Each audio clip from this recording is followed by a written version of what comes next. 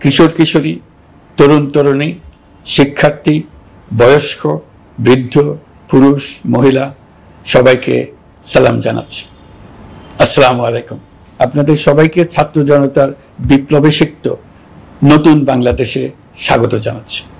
গভীর শ্রদ্ধা জানাচ্ছি জুলাই আগস্ট মাসে ফ্যাসিবাদের বিরুদ্ধে ছাত্র জনতার অভ্যুত্থানে নিহত সকলের প্রতি। তাদের আত্মার মাগফিরাত কামনা করছি। তাদের আত্মত্যাগের বিনিময়ে নতুন বাংলাদেশ গড়ার শপথ নিয়ে আমি আপনাদের কাছে কিছু কথা বলতে চাই। শরণার্থীকালের ভয়াবহ বন্যায় যারা মৃত্যুবরণ করেছেন, যারা অসুস্থ হয়ে পড়েছেন বা যারা সর্বস্ব হারিয়েছেন, যারা দুঃসহ জীবন যাপন করছেন, তাদের স্মরণে রেখে আজকের কথাগুলো বলছি। বন্যা দুর্গতদের জীবন দ্রুত স্বাভাবিক করার জন্য যাবতীয় উদ্যোগ সরকারি বেসরকারি পর্যায়ে নেবার আয়োজন করেছি। ভবিষ্যতে সকল ধরনের বন্যা প্রতিরোধে আমাদের আভ্যন্তরীণ এবং প্রতিবেশীদের সঙ্গে যাতে যৌথভাবে নেওয়া যায় সে আলোচনা শুরু করেছে। প্রিয় দেশবাসী, আপনারা জানেন বিপ্লবী ছাত্র জনতা জাতির এই ক্রান্তি লগ্নে আমাকে এক গুরু দায়িত্ব অর্পণ করেছে। তারা নতুন এক বাংলাদেশ গড়তে চায়। নতুন প্রজন্মের এই গভীর আকাঙ্ক্ষাকে বাস্তবে রূপ দেওয়ার সংগ্রামে আমি একজন সহযোদ্ধা হিসেবে তাদের সঙ্গে যোগ দিয়েছি। দেশের সকল বয়সের, সকল পেশার, সকল মতের, সকল ধর্মের সবাইকে বিনা দ্বিধায় এই সংগ্রামে যোগ দেওয়ার আহ্বান জানাচ্ছি। প্রিয় দেশবাসী, লক্ষ লক্ষ শহীদের রক্তের বিনিময়ে এবং লক্ষ লক্ষ মা বোনের আত্মদানের বিনিময়ে যে বাংলাদেশ আমরা পেয়েছিলাম তা ফ্যাসিবাদ এবং স্বৈরাচারের হাতে ধ্বংস হয়ে গেছে। আপনারা দেখেছেন আমাদের প্রতিটি প্রতিষ্ঠানকে তারা কিভাবে শেষ করেছে। দেশের রন্ধ্রে রন্ধ্রে ঢুকে গেছে দুর্নীতি। এমন এক দেশে আমাদের দেশ রূপান্তরিত হয়েছে যেখানে স্বৈরাচারের পিয়নও দুর্নীতির মাধ্যমে 400 কোটি টাকার সম্পদ করার মতো অকল্পনীয় কাজ করে গেছে নির্বিবাদে। শিক্ষা খাতকে পঙ্গু করে দিয়েছে। ব্যাংকিং ও শেয়ার বাজার খাতে লুটপাট, প্রকল্প ব্যয়ে বিশ্ব রেকর্ড, অবাধ সম্পদ পাচার, আইন শৃঙ্খলা রক্ষাকারী সংস্থাকে নিজ দলের পুতুলে রূপান্তর, বাক স্বাধীনতা হরণ, মানবাধিকার হরণ, এসবই হিমশৈলের অগ্রভাগ মাত্র। ক্ষমতা কুক্ষিগত করতে ফ্যাসিবাদী সরকার খর্ব করেছে জনগণের সাংবিধানিক ক্ষমতা ও অধিকার। দুঃশাসন, দুর্নীতি, অন্যায়, অবিচার, নিপীড়ন, বিচারের নামে প্রহসনের মাধ্যমে জনসুরক্ষা বিপন্ন করেছে। জনগণকে নির্যাতন, বঞ্চনা ও বৈষম্যের মুখোমুখি দাঁড় করিয়ে দিয়েছে। নতুন প্রজন্মের মানুষ সহ কোটি কোটি মানুষের ভোটাধিকারকে বছরের পর বছর হরণ করেছে। মানুষের এগিয়ে যাওয়ার পথে সকল ধরনের প্রতিবন্ধকতা তৈরি করে স্বৈরাচার তার নিজের, পরিবারের ও দলের কিছু মানুষের হাতে দেশের মালিকানা তুলে দিয়েছে। প্রিয় দেশবাসী, কিন্তু এই দ্বার প্রান্তে দাঁড়িয়েই আমাদের গড়তে হবে স্বপ্নের বাংলাদেশ। বৈষম্যহীন, শোষণহীন, কল্যাণময় এবং মুক্ত বাতাসের রাষ্ট্রের যে স্বপ্ন নিয়ে ছাত্র জনতা আন্দোলনে ঝাঁপিয়ে পড়েছিল, আমি তাদের সেই স্বপ্ন পূরণে অঙ্গীকারবদ্ধ। আপনাদের সবাইকে এই শুভলগ্নে তাদের স্বপ্ন পূরণে সমস্ত শক্তি নিয়ে এগিয়ে আসার আহ্বান জানাচ্ছি। তাদের স্বপ্ন আমাদের স্বপ্ন। জাতীয় জীবনে তরুণরা একটা মহা সুযোগ সৃষ্টি করে দিয়েছে। আমরা সবাইকে সুযোগ ব্যবহার করার কাজে এগিয়ে আসতে আহ্বান জানাচ্ছি। গণরোষের মুখে ফ্যাসিবাদী সরকার প্রধান দেশ ত্যাগ করার পর আমরা এমন একটি দেশ গড়তে চাই যেখানে প্রতিটি নাগরিকের মানবাধিকার থাকবে পুরোপুরি সুরক্ষিত। আমাদের লক্ষ্য একটাই, উদার, গণতান্ত্রিক, বৈষম্যহীন, অসাম্প্রদায়িক বাংলাদেশ। আমরা এক পরিবার, আমাদের এক লক্ষ্য। কোনো ভেদাভেদ যেন আমাদের স্বপ্নকে ব্যাহত করতে না পারে, সেজন্য আমরা প্রতিজ্ঞাবদ্ধ। বর্তমান সরকারের দায়িত্ব গ্রহণের মাত্র 2 সপ্তাহ শেষ হলো। কর্মযাত্রার প্রথম পর্যায়ে রাষ্ট্র সংস্কারের কাজে আপনাদের কাছ থেকে যে সমর্থন পাচ্ছি সেজন্য আন্তরিক ধন্যবাদ। আমরা অনুধাবন করছি যে আমাদের কাছে আপনাদের প্রত্যাশা অনেক। এই প্রত্যাশা পূরণে আমরা বদ্ধপরিকর। যদিও দীর্ঘদিনের গণতন্ত্রহীনতা, 15 বছরের ফ্যাসিবাদী শাসন ব্যবস্থা প্রায় প্রতিটি ক্ষেত্রেই আমাদের জন্য পর্বতসম চ্যালেঞ্জ রেখে গিয়েছে, কিন্তু এই চ্যালেঞ্জ গ্রহণে আমরা প্রস্তুত। আজ আমি সরকারের পক্ষ থেকে আপনাদের দোয়া ও সহযোগিতা কামনা করতে আপনাদের সামনে এসেছি। শুধু আমি বলবো, আপনাদের একটু ধৈর্য ধরতে হবে। এখনই সব দাবি পূরণ করার জন্য জোর করা, প্রতিষ্ঠানে ঢুকে ব্যক্তিবিশেষকে হুমকির মধ্যে ফেলা, মামলা গ্রহণের জন্য চাপ সৃষ্টি করা, বিচারের জন্য গ্রেফতারকৃত ব্যক্তিকে আদালতে হামলা করে আগেই এক ধরনের বিচার করে ফেলার যে প্রবণতা, তা থেকে বের হতে হবে। ছাত্র জনতার বিপ্লবের গৌরব ও সম্ভাবনা এসব কাজে ম্লান হয়ে যাবে। নতুন বাংলাদেশ গড়ার প্রচেষ্টা হইতে ব্যাহত হবে। রাতারাতি এই পরিস্থিতি থেকে উত্তরণ কঠিন। নড়বড়ে এক কাঠামো, আমি বরং বলবো জনস্বার্থের বিপরীতমুখী এক কাঠামোর উপর দাঁড়িয়ে আমাদেরকে দেশ পুনর্গঠনের কাজে হাত দিতে হয়েছে। আমরা এখান থেকেই বাংলাদেশকে এমনভাবে করতে চাই যেন এদেশে জনগণই সত্যিকার অর্থে সকল ক্ষমতার উৎস হয়, বিশ্ব দরবারে একটি মানবিক ও কল্যাণকর রাষ্ট্র হিসেবে সমাদৃত হয়। তরুণ প্রজন্ম, শিক্ষার্থী ও জনতার আত্মত্যাগের প্রতি সম্মান জানাতে রাষ্ট্র সংস্কারের কাজে সফল আমাদের হতেই হবে, এর আর কোনো বিকল্প নেই। প্রিয় দেশবাসী, আপনারা ইতিমধ্যে জেনেছেন জুলাই আগস্ট মাসে গণ অভ্যুত্থানে বল প্রয়োগ ও হতাহতের যে দুঃসহ ঘটনা ঘটানো হয়েছে তার স্বচ্ছ তদন্ত করতে জাতিসংঘের মানবাধিকার কমিশনের প্রধানকে বাংলাদেশে এসে তাদের তদন্ত শুরু করতে আমরা আমন্ত্রণ জানিয়েছি। তদন্তের এই প্রক্রিয়া এই সপ্তাহে শুরু হবে। তাদের প্রথম দল ইতিমধ্যে এসে গেছে। আমরা ইতিমধ্যে ছাত্র জনতার বিপ্লবকে নস্যাৎ করতে যে শত শত মিথ্যা ও হয়রানিমূলক মামলা দায়ের করা হয়েছিল তার অধিকাংশ প্রত্যাহার করেছি এবং আটক ছাত্র জনতার মুক্তি লাভের ব্যবস্থা করেছে। পর্যায়ক্রমে মিথ্যা ও গায়েবী সকল মামলার ক্ষেত্রে অনুরূপ ব্যবস্থা গ্রহণ করে মানুষকে দুঃসহ ভোগান্তি থেকে মুক্ত করা হবে। ন্যায় বিচার নিশ্চিত করতে গণ অভ্যুত্থানের সকল শহীদ পরিবারকে পুনর্বাসন করবে। সকল আহত শিক্ষার্থী ও জনতার চিকিৎসার সম্পূর্ণ ব্যয় সরকার বহন করবে। সেই লক্ষ্যে স্বাস্থ্য মন্ত্রণালয়ের নেতৃত্বে উপদেষ্টা পরিষদে বৈষম্য বিরোধী ছাত্র আন্দোলনের প্রতিনিধিত্বকারী 2 জন উপদেষ্টার সহায়তায় একটা পূর্ণাঙ্গ তালিকা প্রস্তুত করা হচ্ছে। এই কার্যক্রমের জন্য এবং গণ অভ্যুত্থানের শহীদদের স্মৃতি ধরে রাখতে সরকার অতি দ্রুত জুলাই গণহত্যা স্মৃতি ফাউন্ডেশন নামে একটি ফাউন্ডেশন প্রতিষ্ঠা করার প্রক্রিয়া শেষ পর্যায়ে এনেছে। আপনাদের সবার এবং বিদেশে অবস্থানরত ভাই বোনদের অনুদান এই প্রতিষ্ঠানে পাঠানোর জন্য অনুরোধ করছি। আমি ব্যক্তিগতভাবে এই প্রতিষ্ঠানের চেয়ারম্যানের পদ গ্রহণ করেছি। প্রিয় দেশবাসী, আপনারা লক্ষ্য করেছেন দায়িত্ব গ্রহণ করেই আমাদেরকে আইন শৃঙ্খলা অঙ্গনে অস্থির পরিস্থিতি সামাল দিতে হয়েছে। আপনাদের সহযোগিতা ও সমর্থনে দেশপ্রেমিক সকল আইন শৃঙ্খলা রক্ষাকারী বাহিনী কাজে যোগ দিয়েছে।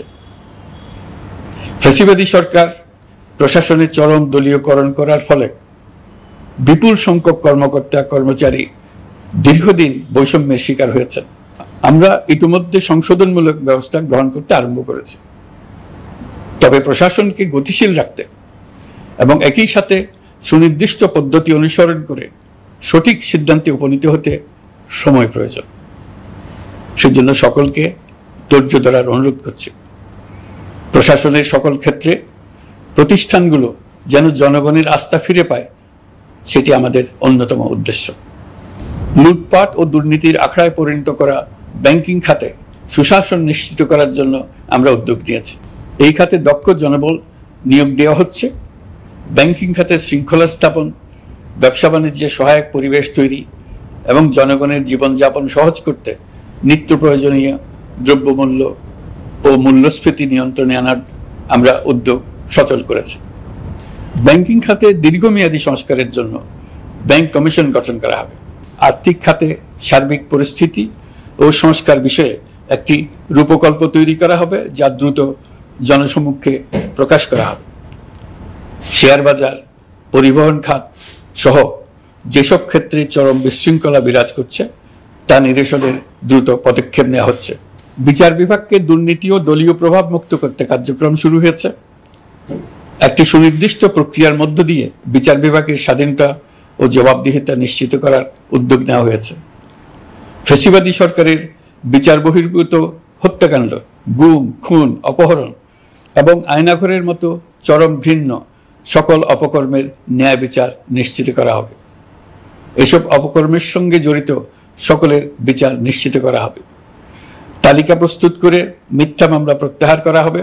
দুর্নীতি ও সম্পদ পাচারের বিচার করা হবে। আইন শৃঙ্খলার ক্ষেত্রে জনমুখী ও দলীয় প্রভাবমুক্ত জবাবদিহিমূলক কাঠামো সৃষ্টির লক্ষ্যে পুলিশ কমিশন গঠন করা হবে। জাতিসংঘের তদন্ত প্রতিবেদন, দায়িত্বপ্রাপ্ত সকল সংস্থা ও জনগণের সাথে মত বিনিময়ের মাধ্যমে কমিশনের নেতৃত্বে প্রয়োজনীয় সংস্কার করা হবে। বাংলাদেশকে আর কোনোদিন কেউ যেন কোনো পুলিশি রাষ্ট্রে পরিণত করতে না পারে তার ব্যবস্থা করা হবে। তথ্যের অবাধ প্রবাহ ও গণমাধ্যমের স্বাধীনতা নিশ্চিত করা হবে। ফ্যাসিবাদী সরকার গণমাধ্যমের উপরও দলীয়করণ ও নির্যাতনের বোঝা চাপিয়েছিল। জনগণের তথ্যের অধিকার নিশ্চিত করতে আমরা প্রতিশ্রুতিবদ্ধ। তথ্যের প্রবাহে বিদ্যমান আইনি ও অন্যান্য বাধা অপসারণ করা হবে। মত প্রকাশের স্বাধীনতা বাধাগ্রস্ত করে এমন সব আইনের নিপীড়নমূলক ধারা সংশোধন করা হবে।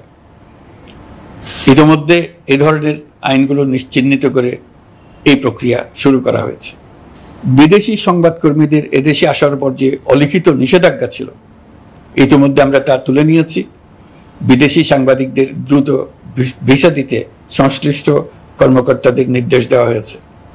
আমরা আশা করি পরিবর্তিত পরিস্থিতিতে গণমাধ্যম কর্মীরা নিরপেক্ষ সাংবাদিকতা চালিয়ে যাবেন। শিক্ষাক্ষেত্রে চরম নৈরাজ্য প্রতিষ্ঠিত করে গেছে বিগত সরকার। আমরা তার পূর্ণাঙ্গ সংস্কারের উদ্যোগ নেব। এটা আমাদের অন্যতম অগ্রাধিকার। আপনারা জানেন, দায়িত্ব গ্রহণের পর দ্রুততম সময়ের মধ্যে সকল শিক্ষা প্রতিষ্ঠান খুলে দেওয়া হয়েছে। শিক্ষার্থীদের জন্য সৃজনশীল, নিরাপদ ও ভীতিমুক্ত পরিবেশ নিশ্চিত করা আমাদের অঙ্গীকার। একই সাথে পাঠ্যক্রমকে যুগোপযোগী করার কাজও দ্রুত শুরু করা হবে। গণতন্ত্রকে সুসংহত করতে স্থানীয় সরকার প্রতিষ্ঠানগুলোকে শক্তিশালী করা হবে এবং ক্ষমতার বিকেন্দ্রীকরণ নিশ্চিত করা হবে। ছাত্র জনতার গণঅভ্যুত্থানকে সফল পরিণতি দিতে প্রশাসন, বিচার বিভাগ, নির্বাচন কমিশন ও নির্বাচনী ব্যবস্থা, আইন শৃঙ্খলা খাত এবং তথ্য প্রবাহে প্রয়োজনীয় সংস্কার সম্পূর্ণ করে অবাধ ও সুষ্ঠু অংশগ্রহণমূলক নির্বাচন আয়োজন করা হবে। এর লক্ষ্য হবে দুর্নীতি, লুটপাট, গণহত্যার বিরুদ্ধে একটি জবাবদিহিতামূলক রাজনৈতিক বন্দোবস্তের সূচনা। বর্তমান সরকার দুর্নীতির বিরুদ্ধে স্পষ্ট অবস্থান গ্রহণ করেছে। আমাদের সকল উপদেষ্টা দ্রুততম সময়ের মধ্যে তাদের সম্পদের বিবরণ প্রকাশ করবেন। পর্যায়ক্রমে এটা সকল সরকারি কর্মকর্তাদের ক্ষেত্রেও নিয়মিত এবং বাধ্যতামূলক করা হবে। রাষ্ট্রীয় পর্যায়ে দুর্নীতির বিরুদ্ধে ব্যবস্থা গ্রহণে সংবিধানের ৭৭ অনুচ্ছেদে প্রতিশ্রুত ন্যায়পাল নিয়োগে অধ্যাদেশ প্রণয়ন করা হবে। এবার কৃষি খাতের কথা একটু বলে।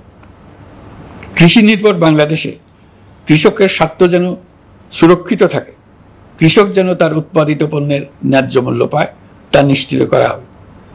প্রবাসী শ্রমিকরা যেভাবে বৈষম্য বিরোধী ছাত্র জনতার আন্দোলনকে সমর্থন দিয়েছে, মুক্তিকামী জনগণ তা কৃতজ্ঞ চিত্তে স্মরণ করে।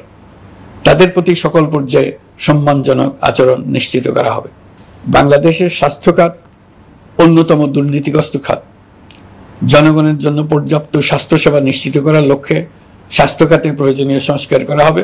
এই খাতে সংশ্লিষ্ট সকলকে জবাবদিহিতার আওতায় আনা হবে।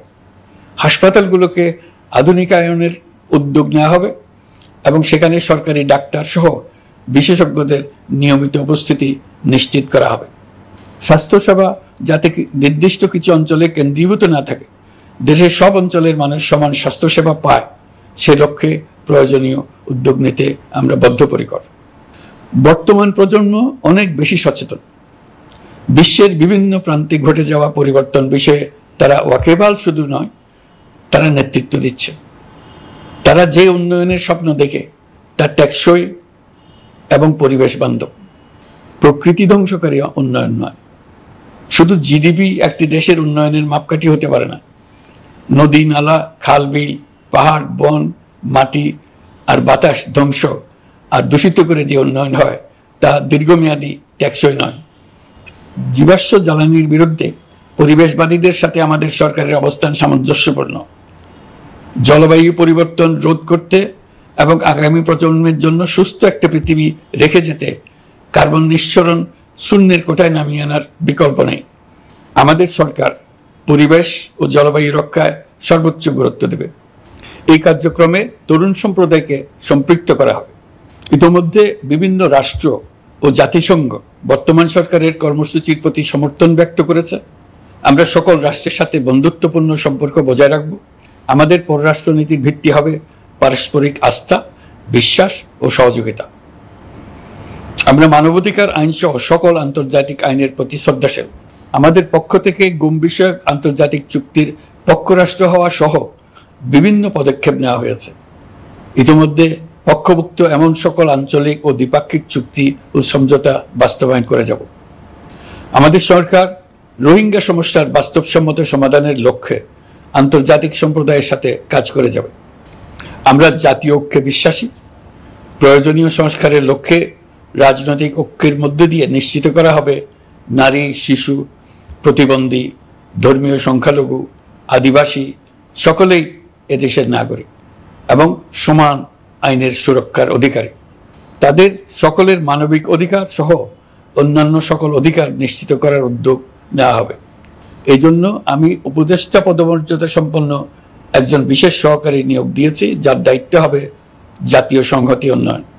বন্যা কবলিত এলাকার সকল মানুষের দুর্ভোগ লাঘবে সরকার সঠিক সহায়তা দেওয়ার জন্য সরকারের যত কার্যক্রম আছে তাদের সচল করেছে। ইতিমধ্যে উপদেষ্টাবৃন্দ বিভিন্ন এলাকার দায়িত্ব নিয়ে এলাকায় গেছেন। আমার কার্যালয়ে একটা নিয়ন্ত্রণ কক্ষ স্থাপন করা হয়েছে। বন্যা পরবর্তী কার্যক্রম নেওয়া হয়েছে। ভবিষ্যতে বন্যা নিয়ন্ত্রণের জন্য করণীয় কি স্থির করার জন্য পদক্ষেপ নেওয়া হচ্ছে। দেশপ্রেমিক সেনাবাহিনী, পুলিশ, বিজিবি, র্যাবকে গুম নির্যাতনের কাজে লাগিয়ে তাদের কলঙ্কিত করা হয়েছে। তারা দেশের গৌরব। তাদেরও কিছু অতি উৎসাহী সদস্যের কারণে পুরো বাহিনীকে আমরা কলঙ্কিত দেখতে চাই না। আমরা অপরাধীদের চিহ্নিত করতে চাই এবং তাদের শাস্তি দিতে চাই, যেন ভবিষ্যতে কারো হুকুমে দেশপ্রেমিক কোনো বাহিনীর, পুলিশের, র্যাবের কোনো সদস্য হত্যাকাণ্ড, গুম ও অত্যাচারে জড়িত হওয়ার সাহস না করে। তাদের কাছে হুকুম যত বড় কর্তৃপক্ষের কাছ থেকে আসুক না কেন, তারা তা উপেক্ষা করবে। ভবিষ্যতে উপরওয়ালার হুকুমে এমন ঘৃণ্য কাজ করতে বাধ্য হয়েছে এমন ব্যাখ্যা কারো কাছে গৃহীত না হয় তার ব্যবস্থা করা হবে। আমি দেশরক্ষা বাহিনী, পুলিশ বাহিনী এবং অন্যান্য সহল বাহিনীকে নির্দেশ দিয়েছি তারা তাদের মধ্যে যারা হত্যাকাণ্ড, গুম, খুন বা শারীরিক মানসিক অত্যাচারে সরাসরি জড়িত তাদের চিহ্নিত করে বিচারের ব্যবস্থা করতে। যারা গুম হয়েছে, হত্যার শিকার হয়েছে তাদের তালিকা প্রস্তুত করতে।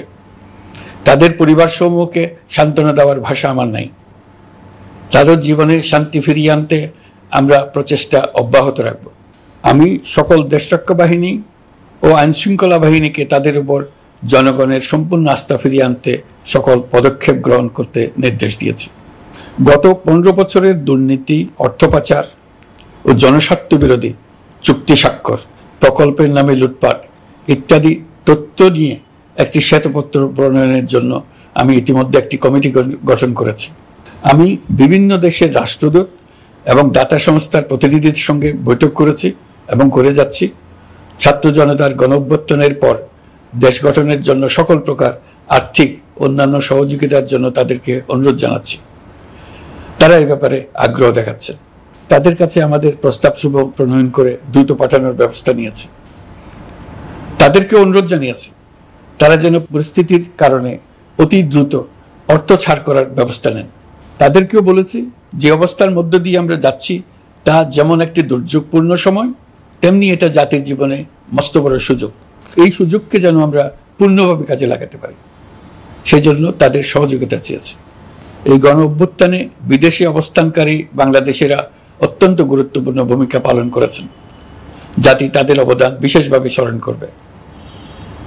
নতুন বাংলাদেশ গড়ার কাজে আমরা তাদের অংশগ্রহণ চাইব। আমাদের একটি লক্ষ্য হবে বিদেশগামী এবং প্রত্যাবর্তনকারী প্রত্যেক প্রবাসী শ্রমিককে মর্যাদা ও সম্মানের সঙ্গে দেশে আসা এবং যাওয়া নিশ্চিত করা।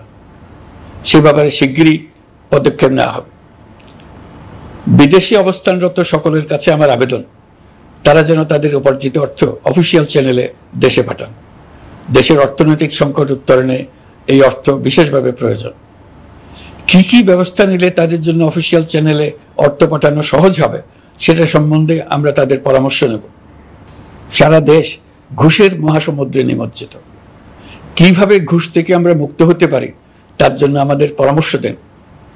শুধু এই কাজটা নিয়ে অগ্রসর হতে পারলেই আমি মনে করি দেশের জন্য এই সরকার একটা গুরুত্বপূর্ণ অবদান রেখে গেছে বলে স্মরণীয় হয়ে থাকবে। আমি কথা দিচ্ছি, এই ব্যাপারে আমি আমার সর্বশক্তি নিয়োজিত করব। আমাদের দায়িত্ব দেশের সকল মানুষকে একটি পরিবারের বন্ধনে আবদ্ধ করা। পরিবারে মতভেদ থাকবে, বাকবিতণ্ডা হবে, কিন্তু আমরা ভাই বোন, আমরা বাবা মা, আমরা কেউ কারো শত্রু না। কাউকে তার মতের জন্য শত্রু মনে করব না, কাউকে ধর্মের কারণে শত্রু মনে করব না, কাউকে লিঙ্গের কারণে শত্রু মনে করব না। আমরা সবাই সমান, কেউ কারো উপরে, কেউ কারো নিচে না।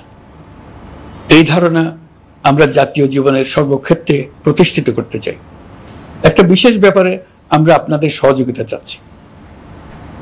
আমাদের দায়িত্ব গ্রহণের পর থেকে প্রতিদিন সচিবালয়ে, আমার অফিসের আশেপাশে, শহরের বিভিন্ন স্থানে সমাবেশ করা হচ্ছে।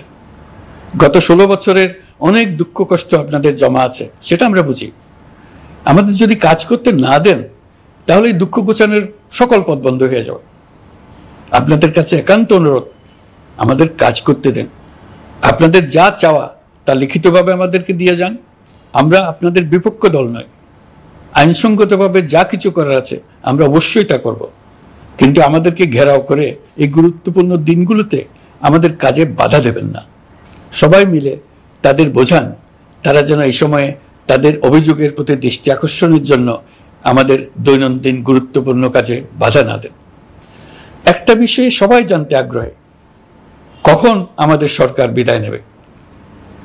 এটার জবাব আপনাদের হাতে। কখন আপনারা আমাদেরকে বিদায় দেবেন? আমরা কেউ দেশ শাসনের মানুষ নই।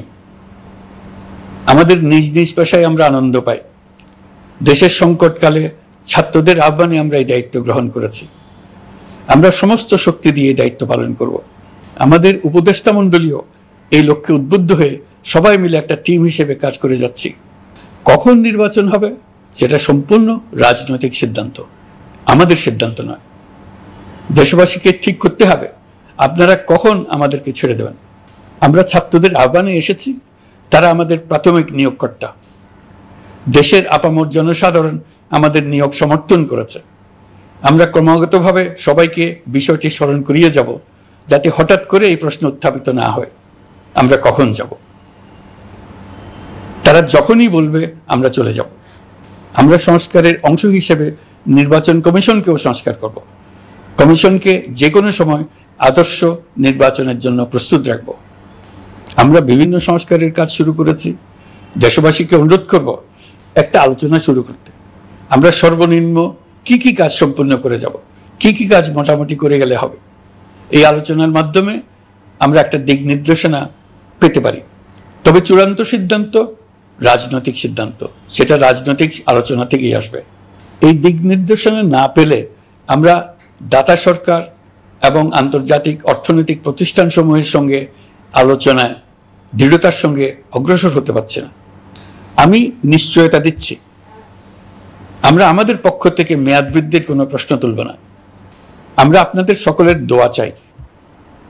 যে কদিন আছি সেই সময়টুকু উপদেষ্টা মণ্ডলীর প্রত্যেকে নিজ নিজ সাধ্যমতো দেশের এই সংকটকালে সংকট উত্তরণে যেন নিজ নিজ মেধা সাধ্যমতো কাজে লাগাতে পারে।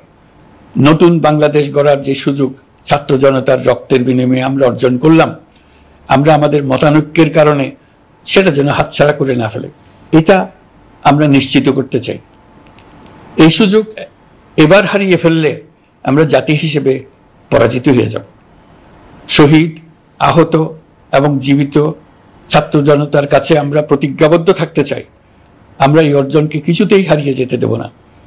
যে সুযোগ তারা আমাদেরকে দিয়েছে তার মাধ্যমে আমাদের দেশকে পৃথিবীর একটি শ্রদ্ধেয়, সকল দিকে দৃষ্টান্ত স্থাপনকারী দেশে পরিণত করতে আমরা শপথ নিয়েছি। সবশেষে আবারও আমাদের দেশের সকল মানুষ, শিশু, কিশোর কিশোরী, তরুণ তরুণী, বয়স্ক, বৃদ্ধ, নারী, পুরুষ সবার কাছে দোয়া চাইছি যেন আমরা আমাদের সকলের স্বপ্ন বাস্তবায়নে সফল হই। আল্লাহ আমাদের সহায় হন, আমাদের সবার মঙ্গল করুন।